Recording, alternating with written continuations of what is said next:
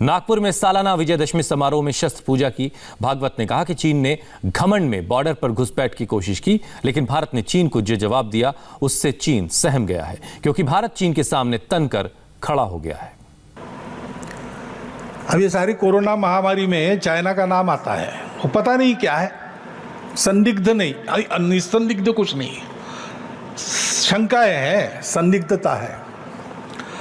लेकिन चीन ने इस कालावधि में अपने और सामरिक बल के गर्व में, अभिमान में हमारी सीमाओं का जो अतिक्रमण किया और जिस प्रकार व्यवहार किया और कर रहा है, केवल हमारे साथ नहीं, सारी दुनिया के साथ, वो तो सारी दुनिया के सामने स्पष्ट है। इसके पहले भी आया है, उसका स्वभाव विस्तारवादी है, सब लोग जानते हैं। लेकिन इस बार जैसे एक साथ उसने ताइवान के साथ, वियतनाम के साथ, अमेरिका के साथ, जापान के साथ, भारत के साथ साथ ही एक साथ झगड़ा मोल लिया। कुछ उसके अपने कारण होंगे, लेकिन सबके ध्यान में फिर एक बार आ गया। लेकिन और एक अंतर ऐसा है कि इस बार भारत ने उसकी जो प्रतिक्रिया दी, उसके कारण वो सहम गया, धक्का मिला उसको एक, क्योंकि भारत तन के खड़ा हो गया। भारत की सेना ने अपने वीरता का परिचय दिया, भारत के नागरिकों ने अपने देशभक्ति का परिचय दिया। सामरिक और आर्थिक दोनों दृष्टि से वो ठिठक जाए इतना धक्का तो उसको मिला है, और उसके चलते दुनिया के बाकी देशों ने भी चीन को अब डांटना शुरू किया है, खड़ा होना उसके सामने शुरू किया है।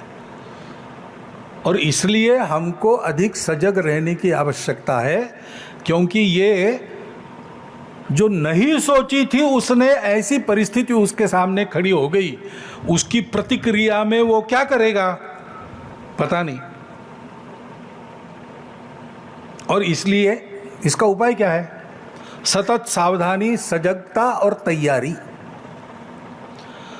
सामरिक तैयारी में, आर्थिक अपनी स्थिति में, अंतर्राष्ट्रीय राजनय में, अपने संबंधों में और पड़ोसी देशों के साथ अपने संबंधों में हमको चाइना से शक्ति में, व्याप्ति में बड़ा होना पड़ेगा। दूसरा उपाय नहीं है, हमको ये करते रहना पड़ेगा।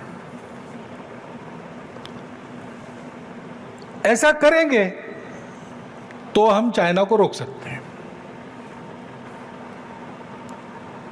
क्योंकि हम तो सबसे मित्रता करने वाले हैं, हमारा स्वभाव किसी से लड़ने का नहीं है।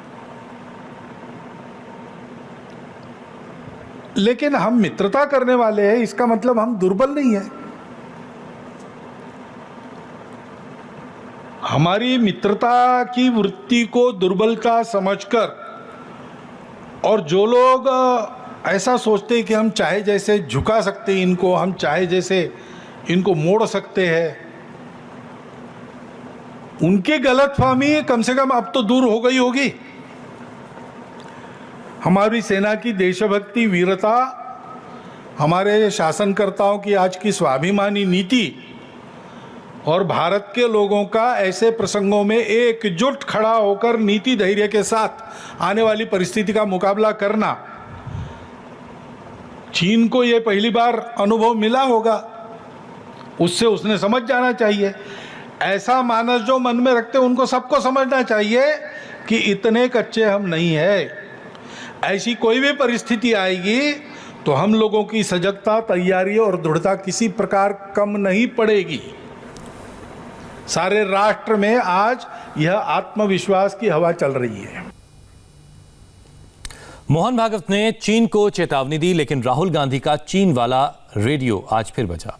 चीन पर मोहन भागवत के बयान पर राहुल गांधी ने पलटवार किया है। राहुल ने ट्वीट कर कहा है कि भागवत सच का सामना करने से डरते हैं। सच्चाई यह है कि चीन ने हमारी जमीन ले ली है और भारत सरकार और आरएसएस ने इसकी इजाजत दी है। आपको बताते हैं राहुल गांधी ने ट्वीट में क्या कहा है।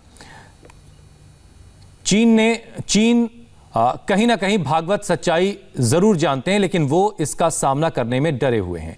चीन ने हमारी जमीन हथिया ली है और भारत सरकार और आरएसएस ने ऐसा होने देने की अनुमति दी है।